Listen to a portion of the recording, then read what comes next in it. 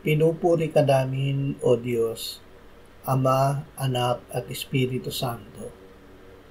Salamat, Ama, na ibinigay mo sa amin si Jesus na iyong anak, na namatay para sa aming kasalanan, iyong muling binuhay, iniakyat at iniluklok sa iyong kanan sa langit. Salamat na ibinigay mo sa amin ang iyong banal na Espiritu at sa pamamagitan niya ay ibinuhos mo ang iyong pag-ibig sa aming puso. Ama, ang kaligtasang bigay mo sa amin ay bagong buhay na natatago sa iyo kay Kristo Jesus. Ipamumuhay namin ang bagong buhay na ito dahil ito ang iyong kalooban na ikaw rin ang nagbibigay ng kapangyarihan na aming magawa.